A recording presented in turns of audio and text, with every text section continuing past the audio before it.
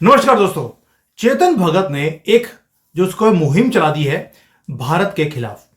मैं इसको भारत के खिलाफ बोलूंगा क्योंकि उन्होंने जीएसटी सिस्टम के खिलाफ एक बात बोल दी कि भाई यहां पे जो सीतारमन है, मोदी हैं और जो पूरी गवर्नमेंट है वो बेवकूफ है। चेतन भगत को बहुत ज्यादा अकल है। अब मुझे नहीं मालूम कि उसको रात को बैठे बैठे क्या सा सपना आ गया कि भाई जीएसटी जो है यहां पर वो गलत सिस्टम है, इसको सुधार की जरूरत है।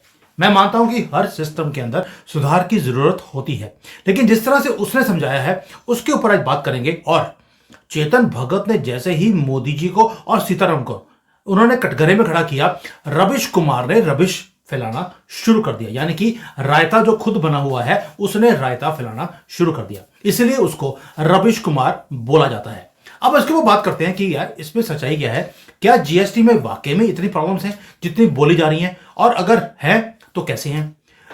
उमेश जी, जय सिया राम। जय सिया राम। सर, ये जीएसटी में इतनी प्रॉब्लम्स है क्या? जैसे चेतन भगत ने, वैसे तो कोई मैं दो दो कौड़ी का वो राइटर है, लेकिन उसको अभी वो अर्थशास्त्री बन गया है सर। तो इसके चलो थोड़ा सा एनालिसिस कर ही लेते हैं कि प्रॉब्लम क्या है। अ, सुमित जी, सबसे पहले तो जीएसटी का जो इम्प्लीमेंटेशन हुआ है वो 1 जुलाई 2017 से हुआ है। ठीक है।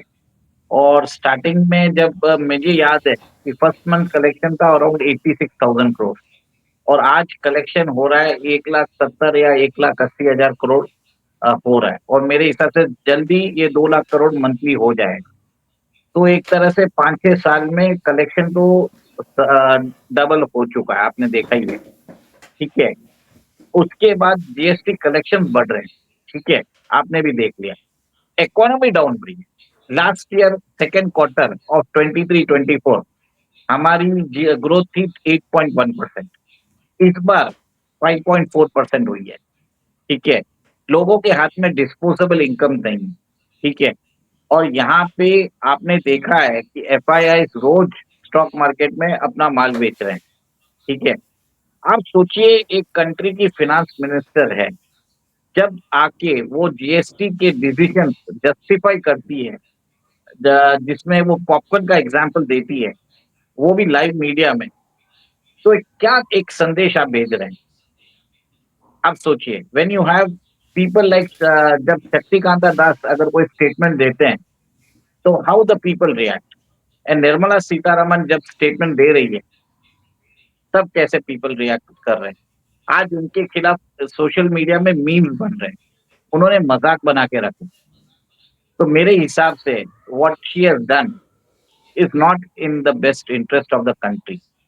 उन्होंने एक ही चीज बोला सर, है कि अगर आप वैल्यू एडिशन करते हो, जैसे आपने बताया कि आप बिना सॉल्टेड लेते हो तो टैक्स अलग है, थोड़ा सा वैल्यू एडिशन करते हो तो आपका टैक्स बढ़ जाता है। तो आपको क्या ये नहीं लगता है ये एक रिग्रेसिव नेचर है?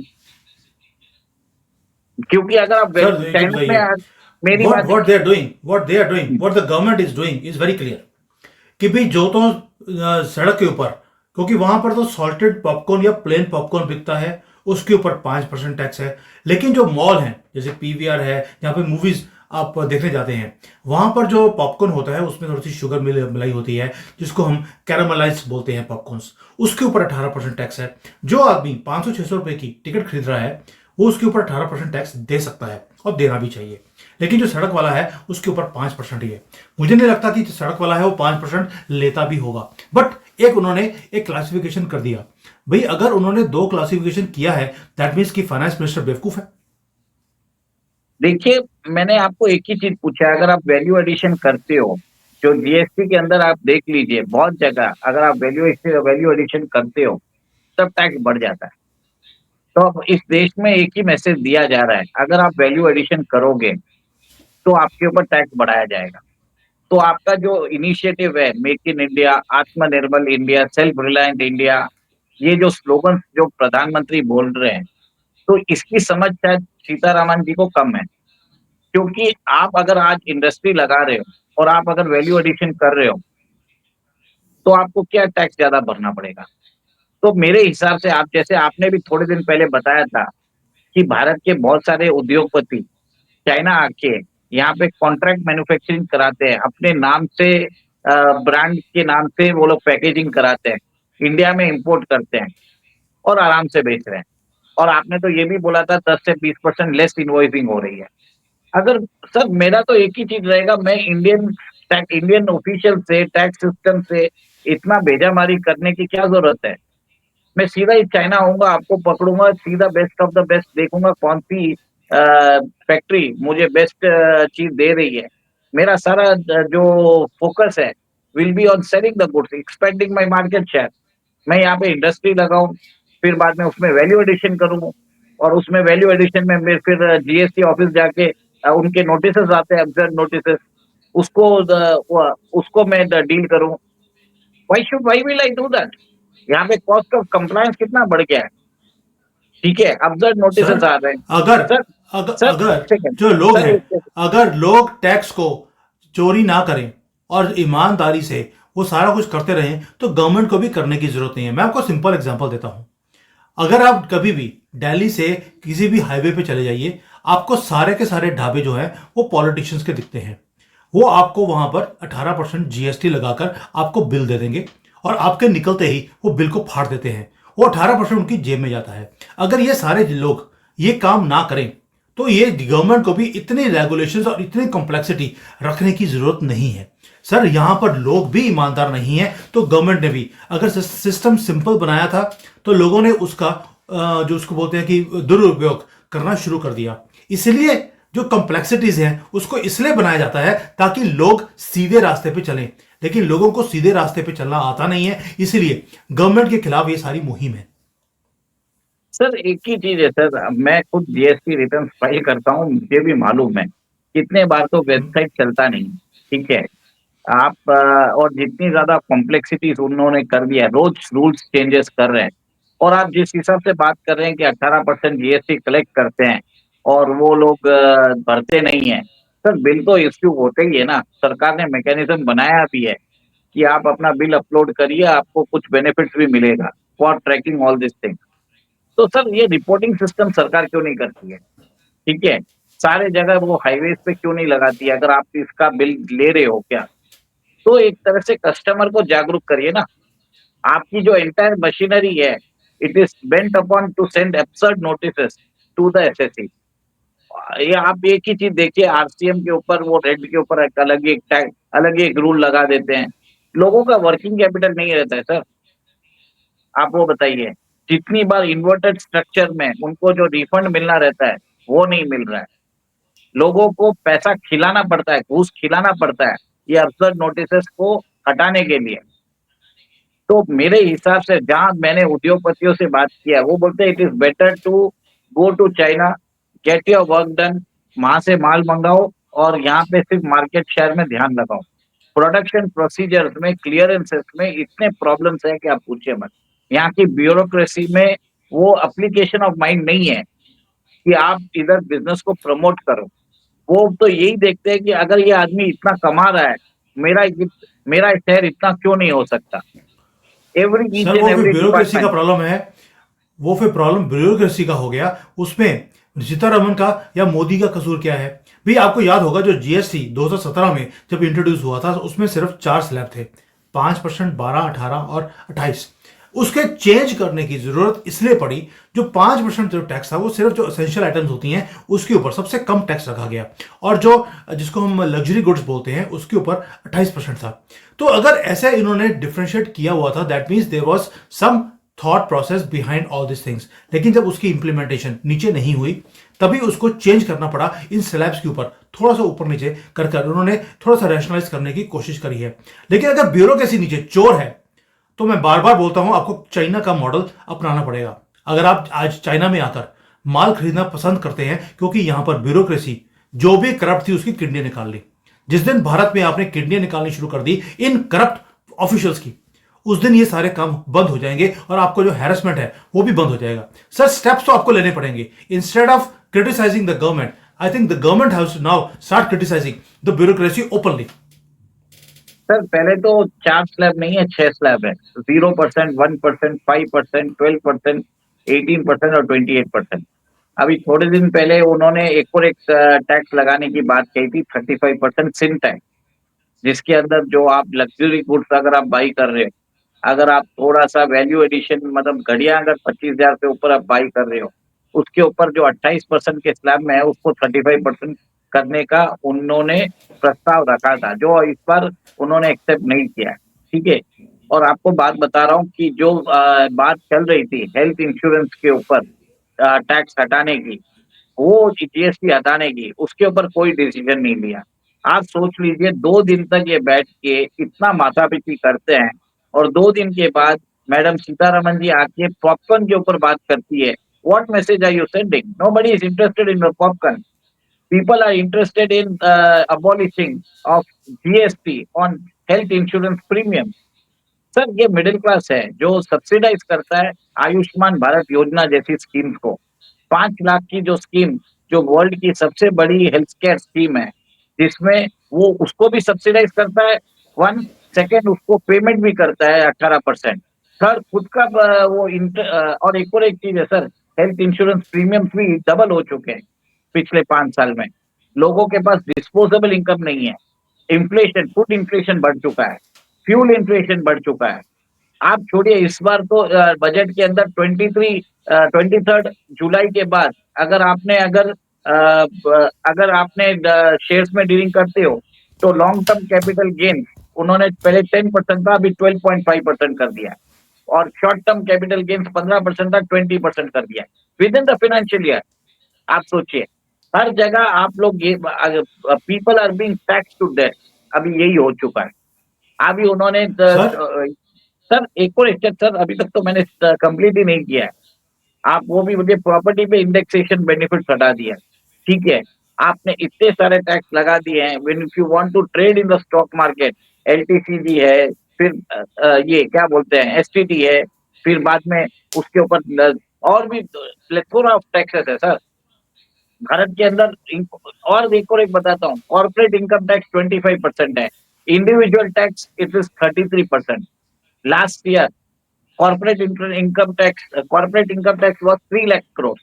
जो पर्सनल इनकम टैक्स है वो 4.5 लाख करोड़ हुआ था, 4,80,000 करोड़। सोच लीजिए सर, कॉर्पोरेट को सब्सिडाइज किया है, इंडिविजुअल्स को टैक्स पे टैक्स आप डाल रहे हो। 33% तो डायरेक्ट टैक्सेस है। कंजम्पशन का टैक्स एक 18% मान लीजिए, 33 + 18 51%। ठीक है, ये पैसा कट के आपके पास आता है और आप घर लेने जाते हो तो उसके ऊपर आप वापस आप स्टैम्प ड्यूटी देते हो, ठीक है? और सर आप जो आपकी टैक्स इनकम है, आप उसको वापस अगर कहीं इन्वेस्टमेंट करते हो, तो उसके ऊपर भी टैक्सेस है। सर टैक्स का चक्रव्यूह चल रहा है, कहीं बचने का है। ये तो मैं सिर्फ आपको सेंट्रल लेवीज बता रहा हूँ। स्टेट लेवीज और अलग होती है, जिसके आपको प्रोफेशन टैक्स देना पड़ता है, ट्रेड लाइसेंस लेना पड़ता है, आपको अगर आपकी प्रॉपर्टी है तो आपको कॉर्पोरेशन टैक्स देना पड़ता है, सिवरेज और वाटर टैक्स देना पड़ता है। सर बहुत सारे सेस होते हैं सर, आपको नहीं ये नहीं समझ में आता है। People sir in India are देखिए, बीइंग। मैं हमेशा बोलता हूं कि जो टैक्सेशन है वो सिंपल होना चाहिए, इसमें कोई दो राय नहीं है। लेकिन आप सोच के देखिए कि जब कांग्रेस का टाइम था, आपको एक्साइज लगता था, आपको सेल टैक्स लगता था, आपको चुंगी लगती थी।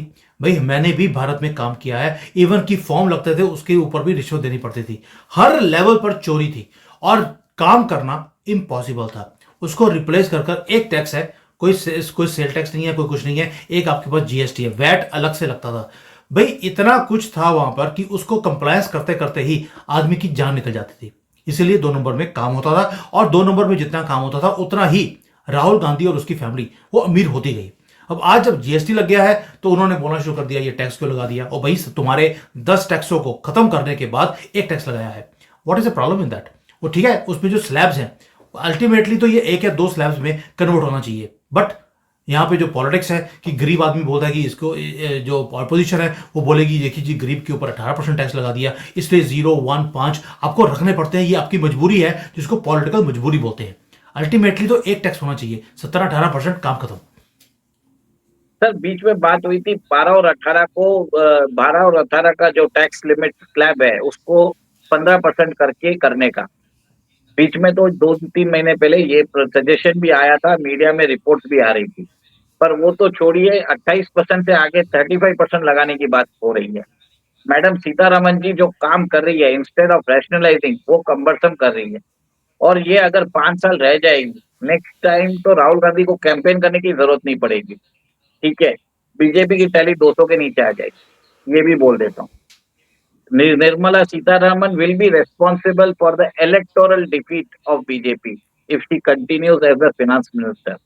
आज जिस हिसाब से आप मीम्स देख रहे हैं ये जोक लग रहा होगा, बट अगर आप लोगों से बात करेंगे डीप इनसाइड, जिस हिसाब से रूल चेंजेस हो रहे हैं, sir application of the rules कैसे कंफर्म करना इवन जीएसटी के ऑफिसर्स को मालूम नहीं है। और अगर कुछ मिस्टेक हो जाती है बाद में नोटिस आते हैं, तो एक चीज है तो कि सरकार को खुद ही नहीं मालूम कि क्या कर रही है वो। सरकार को चाहिए तो आपने जो जीएसटी के अंदर जो ये रूल्स बनाते हैं वहां पे चार्टर्ड अकाउंटेंट्स को रखिए, वहां पे आपने बैठा के रखे ब्यूरोक्रेट जिनको सब्जेक्ट मैटर के बारे में कुछ मालूम नहीं है। आप लॉ बना देते हो, लॉ को इम्प्लीमेंट कैसे करना, उसकी जो प्रैक्टिकल डिफिकल्टीज क्या होती है, वो सब उनके थॉट प्रोसेस में नहीं है। पहले ये लॉ एडहॉकली ये लोग इम्प्लीमेंट कर देते हैं, उसके कारण प्रॉब्लम्स आते हैं, फिर बाद में जब रिप्रेजेंटेशन जाता है तब जाके ठीक करते हैं। सर कौन कर पाएगा बताइए आप सिर्फ बातें कर रहे हैं सर। देखिए सर स्लोगन से देखिए काम नहीं उमेश जी, चलता है सर। आप जो बोल रहे हैं ना, मैं दो चीजें समझता हूं इसमें से। एक, यस, हमें क्रिटिक होना चाहिए गवर्नमेंट का अगर कोई चीज ठीक नहीं हो रही, जो उसको और इजी करना है, that is a need of the hour. Simplified tax slabs is the need of the hour, I fully understand that. But उसके लिए आपको नीचे डाउन द लाइन जो लोग चोरी करते हैं टैक्स की हर रोज, उसको बंद करना पड़ेगा। We have to become responsible citizen also. और जो ये बाबी लोग हैं, जब तक इनकी किडनियां निकलनी शुरू नहीं होगी तब तक ये सिस्टम चेंज नहीं हो सकता। बाबू लोगों ने पूरी कंट्री को हॉस्टेज बना लिया है। अब तो मोदी गवर्नमेंट को दो दो बाबू हैं जिन्होंने हॉस्टेज बनाया है, बैसाखियों पे गवर्नमेंट चल रही है।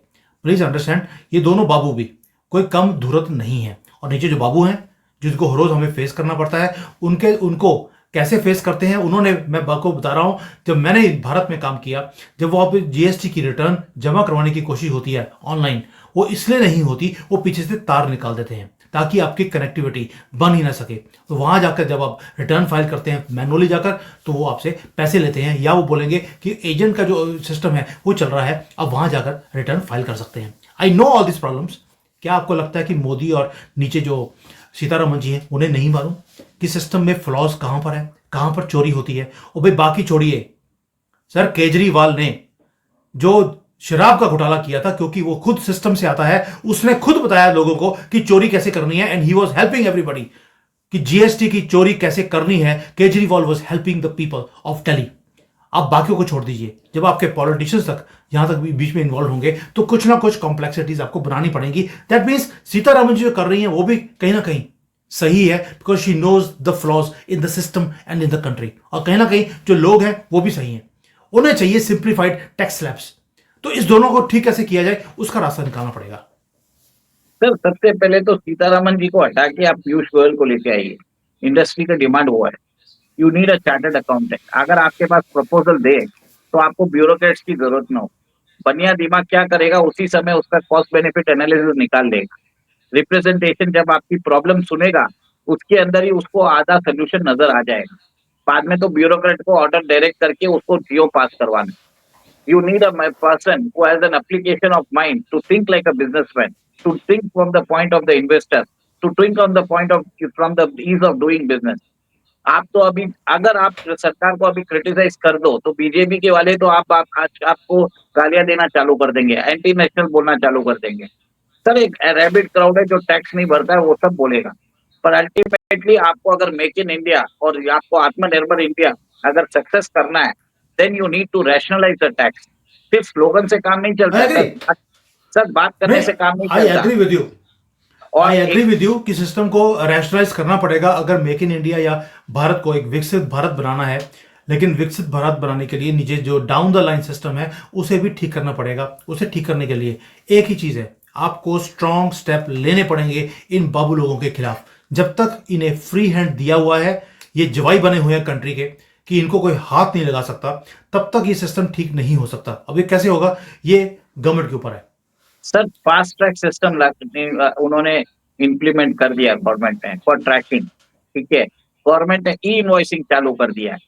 अगर आप जीएसटी का सॉफ्टवेयर अगर आप लेना चाहते, आप अगर आप रिटर्न फाइल करना चाहते हो, तो एक ही कंपनी को दिया हुआ है जिसका टैली सोल्यूशन, ठीक है। गवर्नमेंट ने आज तक सॉफ्टवेयर रिलीज क्यों नहीं किया, which help the common person. और टैली का सॉफ्टवेयर का कॉस्ट अराउंड पर अगर आप इनिशियली लाइसेंस लेने जाओ तो 25,000 रुपया लगता है, और आपको year by year you will have to renew it at 6,000 rupees. Sir government के पास आज India is an IT hub बोलते हो, क्या आप अपने एमएसएमई के लिए गवर्नमेंट एक सॉफ्टवेयर नहीं निकाल सकता कि ईज ऑफ डूइंग बिजनेस के अंदर? वो छोड़िए, जीएसटी का साइट भी कभी नहीं चलता है। इन्फोसिस को देके रखा है उन्होंने साइट, कितने सालों से प्रॉब्लम चल रहा है सर। बात तो सब लोग बहुत कुछ करते हैं, प्रैक्टिकल ऑपरेशनल डिफिकल्टीज देखे सर, स्लोगन से काम नहीं चलता है। और जो लोग इतनी गालियां देते हैं, जो हम लोग जैसे लोग क्रिटिसाइज करते हैं सीतारमन जी को, वो एक बार आके बैठे, रिटर्न फाइल करें। सर मुफ्त की रेवड़ियां बाट जो लोग खाते हैं वो सब बकबक कर सकते हैं। एक बार बिजनेस आके करिए, ऑपरेशनल प्रॉफिट कमा के दिखाइए, फिर बाद में आप, आपके अंदर आप स्टेक होल्डर्स हो, आप गवर्नमेंट को टैक्स देते हो, आप एम्प्लॉइज रखते हो, आप सोसाइटी में कंट्रीब्यूट करते हो, जीडीपी बढ़ाते हो। We are not free loader sir. यहाँ पे अगर यहाँ पे हमको चोरों की दृष्टि से देखा जाता है बिजनेसमैन को, this is not the case in China, आपको भी मालूम है। आप मेरे को ये बताइए, देखिए जैसे मैंने आपको बताया, आपके एग्जाम्पल में बताता हूँ, जो रोड पे बेचने वाला आदमी है उसके ऊपर 5%, मॉल्स में बेचने वाला उस पर भी 5% रखिए ना, क्योंकि आप मैसेज क्या दे रहे हो, if you do a value addition you will be taxed more. ये माइंडसेट पॉपकॉर्न तक लिमिटेड नहीं है, it is there in the entire system. What they need is a positive application of mind to generate revenue, not extract revenue. The way Sitharaman जो काम कर रही है, उसके कारण disposable income in the hands of public कम हो रही है। आपकी जीडीपी ग्रोथ गिर गई है 8.1 से 5.4%। एफआईआई वाले स्टॉक आपके आपके मार्केट में माल बेच के निकल रहे हैं। रुपया 85 रुपीज, रुपया डॉलर 85 रुपीज पहुंच चुका है। आपका फिजिकल डेफिसिट बढ़ रहा है। जो तेल के लिए आप 132 बिलियन डॉलर्स आज खर्चा कर रहे हो फॉर इंपोर्टिंग, कल 140 से 150 बिलियन डॉलर हो जाएगा। सर सिंपल इकोनॉमिक्स है सर। जब आप और मैं जब बात कर सकते हैं, तो उनके पास, सीतारमन जी के पास तो पूरी ब्यूरोक्रेसी है। इतने बड़े बाबू है जो London school of economics, Oxford, Harvard, कहाँ कहाँ से पढ़ के रखे हैं। हम जब बात समझ सकते तो उनको क्यों नहीं समझ में आती है? और हम तो सर सीधी बात आपने करते हैं इसको सर। सर ये जो आपने बोला अभी आपको कि मैं हमारी डेटा जो दे सकता जीडीपी हूँ। सर एक मिनट एक मिनट एक मिनट एक मिनट एक मिनट, आपने आपने 5-6 चीजें बोली हैं, मैं आपको सभी का आंसर देता हूं, otherwise people will get confused. आपने बोला जीडीपी गिर रही है, जीडीपी गिर नहीं रही, जीडीपी बाकी कंट्रीज के मुकाबले में और भी तेजी से चल रही है, बाकी सबकी माइनस में है। आप कोई भी बड़ी कंट्री ले लीजिए, किसी की जीडीपी 1% भी राइज नहीं कर रही, उसके बीच में आप अपना टाइम अपने कंट्री को आगे लेके जाने की कोशिश कर रहे हैं, जहां पर 100 से ज्यादा करोड़ लोग चोर हों, जहां पर टैक्स की चोरी होती हो, जहां पर टैक्स पे ना कोई करता हो, वहां पर कॉम्प्लेक्सिटीज को निकालकर अपनी कंट्री को आगे लेके जाना बहुत बड़ी मुहिम होती है। दूसरा, अगर स्टॉक मार्केट नीचे जा रही है, इट इज नॉट बिकॉज हमारी कंपनीज की जो परफॉर्मेंस है वो डाउन है, और जो ये कंपनियां बाहर जा रही हैं यहाँ पे एफआईज, वो इसलिए जा रही हैं बिकॉज उन्हें चाइना में और अमेरिका में शॉर्ट टर्म गेन दिखाई देता है। तीसरा, उनका मकसद था एक ही चीज का कि यहां पर महाराष्ट्र में, हरियाणा में या आगे दिल्ली में जाकर कहीं मोदी जी जीतना जाए। ये तीनों बहुत ही ज्यादा इंपॉर्टेंट है। हमने बहुत वीडियोस बनाए थे इसके ऊपर कि दिस इज अ टारगेटेड एक अटैक है हमारी स्टॉक मार्केट के ऊपर, ताकि चीखें निकले लोगों की। तो लोगों के जेबों से पैसे निकलेंगे तो लोग मोदी जी के खिलाफ हो जाएंगे। तो अगर आप सारी चीजों को देखते हैं, अगर इंडिविजुअलाइज करके हम बोलेंगे कि मोदी जी कुछ नहीं कर रहे, सीतारमन जी बेवकूफ हैं, उन्होंने सारे अभी तक कंट्री को आगे स्टीर अप किया है। जब हमारे कंट्री बाकी कंट्रीज के मुकाबले में ज्यादा तेजी से आगे जा रही थी, तब तो हम बड़े पींगे डाल रहे थे, बड़ी फेवर में बात कर रहे थे। आज अगर हल्की सी हवा हल्की सी चेंज हुई तो हमने उनके अगेंस्ट बोलना शुरू कर दिया। अगर आज डॉलर 85 हुआ है तो प्लीज जाकर बाकी कंट्रीज की करेंसी देख लीजिए।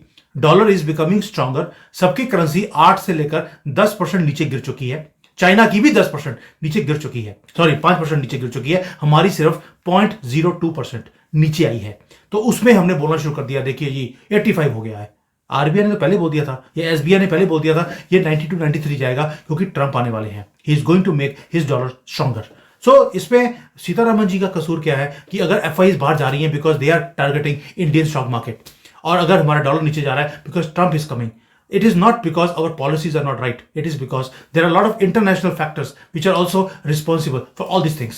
the मुद्दा है जीएसटी का, यस उसमें रिफॉर्म चाहिए, मैं एग्री करता हूं, लेकिन रिफॉर्म्स पहले हमारे माइंडसेट में भी चाहिए, हमारे बाबू लोगों के माइंडसेट में भी चाहिए। अगर इकोनॉमिक ग्रोथ लेकर आनी है तो ये काम करने पड़ेंगे, अदरवाइज गवर्नमेंट अगर टैक्स बढ़ा रही है that means they are short of money. जो उन्होंने इतना डेवलपमेंट का काम पकड़ा हुआ है उसको ठीक करने के लिए पैसा चाहिए, वो कैसे निकालेगा? सर आपकी बात सब हद तक सही है, बट आपको एक चीज देखना पड़ेगा, if you continue tax middle class, आप कॉर्पोरेट को बेनिफिट दे रहे हो, तो ये ज्यादा दिन तक चलने वाला नहीं है, unless and until the disposable incomes of the people rises. आपको ये चीज बता देता हूँ, सैलरीज आर नॉट इंक्रीज, ठीक है, जो टॉप मैनेजमेंट के perks and bonuses they have increase exponentially. आप ये देख लीजिए 5 साल पहले जो सैलरी मिलती थी आज भी वही सैलरी मिल रही है लोगों को, हार्डली इंक्रीमेंटल बेनिफिट हार्डली 5-10% हुआ है, जबकि फूड इन्फ्लेशन 40% 50% हो चुका है उस टाइम पे। तो कमेंसरेट नहीं है सर, और लोग आज की डेट में आप देख लीजिए, people are pledging their assets जो गोल्ड है to manage their household expenses. Sir बहुत ज्यादा डिफिकल्टी है, अनसिक्योर्ड लोन बढ़ रहे हैं बैंक्स में, क्रेडिट कार्ड लोन्स बढ़ रहे हैं, सिक्योर्ड लोन्स कोई नहीं ले रहा, हाउसिंग डिमांड नहीं आ रही है, ठीक है। आपने ये भी देखा है कि जो इन्वेंट्री है मोटर व्हीकल्स की जो डीलर्स के पास, वो बहुत बढ़ चुकी है। सर प्रॉब्लम तो है सर, आपको जब तक आप पैसा जो पब्लिक के हाथ में नहीं दोगे, वो डिमांड नहीं आएगी तो इकोनॉमी में किक स्टार्ट नहीं होगा, ये समझना पड़ेगा। एक सिंपल सा चीज है सर, चलिए आपकी बात सब हद तक सही है सर, आपकी बात मैं सब आपको हद एक तक चीज सही है। सिंपल बताता हूं मैं आपको। आपने बोल दिया कि इंक्रीमेंटल जो सैलरीज है वो नहीं इंक्रीज हो रही हैं, मैं आपको इतना बता दूं, जॉब्स हैं भारत में इतनी ही गनीमत है। चाइना के अंदर 20-30% जो पॉपुलेशन है यूथ की वो अनएम्प्लॉयड है, पहली बात। जो 8,000 रुपए यानी कि 80,000 की जिसकी सैलरी थी आज 30,000 में काम करने को तैयार है, तो भी जॉब नहीं है। अभी तो यहां पर लोगों का यह हाल हो गया कि एक घर में 6-6 लोगों ने रहना शुरू कर दिया ताकि वो डिवाइड कर सकते हैं अपने एक्सपेंसेस को। जो जमीन है उसके ऊपर सोने के लिए मजबूर हैं। अमेरिका, कनाडा, यूके, यूरोप सभी जगह यही हाल है। भारत को अगर आप कंपेयर करेंगे बाकी कंट्री से, we are much much better than any other country. आप हमसे पूछ के देखिए सर, हम इंटरनेशनल मार्केट में रहते हैं और हर रोज मैं ये चीजें देखता हूं, अपने कंट्री यहां पे मैं रह रहा हूं, यहां पर भी और बाकी कंट्रीज के अंदर भी। जो मेरे साथ और लोग हैं जो जिनके साथ मैं एसोसिएटेड हूं, कंपनीज के में से उन्हें बाहर निकाल दिया गया है and they have nothing to do right now. वो बोलते हैं कि यार चाइना में कोई अपॉर्चुनिटी है, हमें बता दीजिए, हम यहां पर आने को तैयार हैं। ये हालत है लोगों की आज की डेट में, और भारत के लोग अभी भी गालियां निकाल रहे हैं without understanding what is happening in the whole world. ये सारा वर्ल्ड जो आज युद्ध के कगार पर है, इसलिए है बिकॉज कोई भी खुश नहीं है अपने कंट्री से। Please understand all this things also, और उसमें से अपनी कंट्री को स्टीर आउट करना विद बांग्लादेश, पाकिस्तान, चाइना, ये सारी प्रॉब्लम्स हमारे ऊपर मंडरा रही हैं, उसके बीच में से कंट्री को स्टीर आउट करना और डेवलपमेंट का काम भी करना, हथियार भी खरीदने, और वो भी वहां पर जहां पर सारा का सारा सिस्टम करप्ट हो। आप समझ सकते हैं कि कितनी बड़ी मुहिम है। It is not that easy also sir, ठीक है, we are looking at our home but we have to look after the country also. दोनों में बहुत फर्क है। आई थिंक इस डिस्कशन को यहीं रखते हैं। आई अंडरस्टैंड कि जो पॉलिसी मेकर्स हैं उनको थोड़ा सा सिंप्लीफाई करना चाहिए, लेकिन सिंप्लीफाई करने के लिए और जो चीज़ें चाहिए उसका एक तरीका बहुत ही सिंपल है, बाबू लोगों की किडनियाँ ये आप निकालना शुरू कर दीजिए, ये सिस्टम अपने आप ठीक होना शुरू हो जाएगा। चाइना ने किया, यहाँ पे यहाँ पर भी करप्शन बहुत ज़्यादा थी, लेकिन उसके बाद से करप्शन कम हो गई है। निचले लेवल पर तो करप्शन जीरो है। वाई? उन्हें मालूम है कि किडनियाँ एक नहीं 2 निकाली जाती हैं यहाँ पर। Thank you. जय हिंद। जय हिंद।